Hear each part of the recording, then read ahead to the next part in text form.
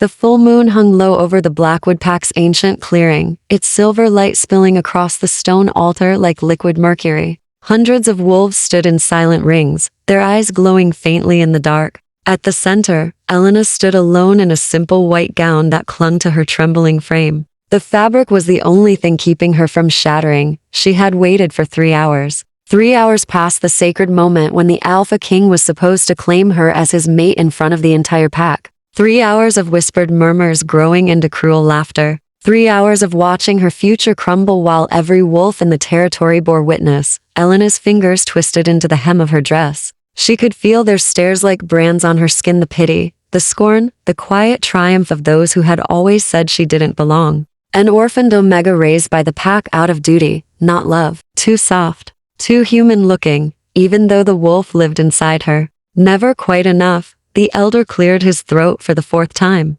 If the Alpha King does not appear by the next bell, the bell never rang. A roar of engines cut through the night. Headlights sliced across the trees as 3 black SUVs tore into the clearing, kicking up frost and dirt. The pack parted like water. Doors slammed. Boots hit the ground. And then he stepped out. Kale Voss, Alpha, King of the Northern Realms. 6'5" of raw power wrapped in a black suit that looked like it had been tailored in hell itself. His dark hair was windswept, his jaw carved from stone. Those storm gray eyes swept the crowd without a flicker of apology. But he wasn't alone. Clinging to his arm was a woman Elena had never seen before, tall, red-haired, dripping in diamonds and confidence. Her blood-red dress hugged every curve, and she smiled like she owned the night. The scent rolling off her was unmistakable. She was marked, freshly. The bite on her neck still glistened. Elena's heart stopped. Kale's gaze finally landed on her. For one brutal second, something flickered in those cold eyes, something almost like pain, but it vanished as quickly as it came. He started walking toward the altar, the red-haired woman gliding beside him. Every step felt like a hammer against Elena's chest. The elder bowed low. "My king, the ceremony will not take place tonight," Kale said, voice low and commanding, the kind that made knees buckle without effort. He didn't raise it. He didn't need to. The entire clearing went dead silent. Elena couldn't breathe. The woman on his arm tilted her head, lips curving. "Oh, darling," she purred loud enough for everyone to hear. "Is this the little Omega you told me about?" Kale didn't answer her. His eyes stayed locked on Elena. "Say something," Elena begged silently. "Tell them it's a mistake. Tell me, I'm yours." But he didn't. Instead, he spoke to the elder. "Dissolve the arrangement. The mating bond is severed." A collective gasp rippled through the pack. Elena felt her wolf howl inside her chest, a raw, broken sound that never reached her throat. Her knees almost gave out, but she locked them. She would not fall in front of them. Not in front of him. The red-haired woman laughed softly. "Poor thing." Standing there all dressed up with nowhere to go, Kale's jaw tightened, just once. Then he turned away, guiding the woman back toward the SUVs. Elena found her voice. It came out small, but it carried. "Why?" The single word cracked across the clearing like a gunshot. Kale froze mid-step. Slowly, he looked over his shoulder. Elena's chin lifted. Tears burned her eyes, but she refused to let them fall. "You owed me an explanation. You owed me that much." The woman beside him rolled her eyes. "Really, Kale? Must we?" But Kale didn't move. For a long moment, he just stared at Elena, at the white dress now streaked with dirt from the wind, at the moonlight, catching the unshed tears in her green eyes, at the way she stood alone against an entire pack that had never truly wanted her. Something dark and tormented moved across his face. Then it was gone. "I made a different choice," he said, voice flat. He turned and walked away.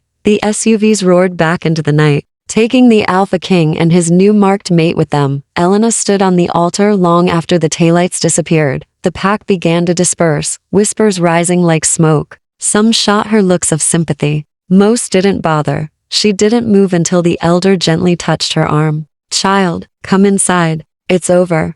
But it wasn't over, because the moment Kale's scent had hit her mixed with that other woman's, something deep inside Elena had snapped awake. A power she'd never felt before surged through her blood. Hot and ancient and furious. She wasn't just an Omega. She never had been. And whatever Kale had just done, he was going to regret it. Very, very soon. 3 days later, Elena stood at the edge of the pack's territory. A small duffel bag slung over her shoulder. The winter air bit at her cheeks, but she barely felt it. She'd spent those 3 days in silence. No tears, no screaming, just planning. The pack thought she was broken. Let them. She slipped past the border wards without triggering a single alarm. No one noticed. No one ever noticed her. Good. The road stretched dark and empty ahead. She started walking. Behind her, miles away in the Alpha King's fortress, Kale stood on a balcony overlooking the frozen lake. The red-haired woman Liana was asleep inside, her mark still fresh on her neck, but Kale hadn't touched her since that night. He couldn't. Every time he closed his eyes, he saw Elena standing on that altar, alone, shattered.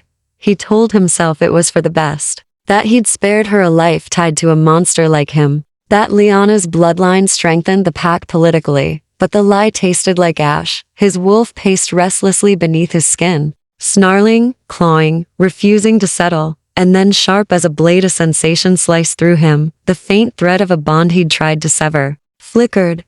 Elena was gone. Not just from the ceremony, from the territory. Kale's hand gripped the balcony, railing hard enough to crack stone. He'd made a terrible mistake, and somewhere out in the cold night, his true mate was walking away from him, but she wasn't running. She was choosing herself, and when she came back, if she came back, it wouldn't be as the quiet, kind Omega he'd abandoned. It would be as something far more dangerous. Kale's eyes glowed gold in the darkness. He had no idea what he'd just unleashed, but he was about to find out.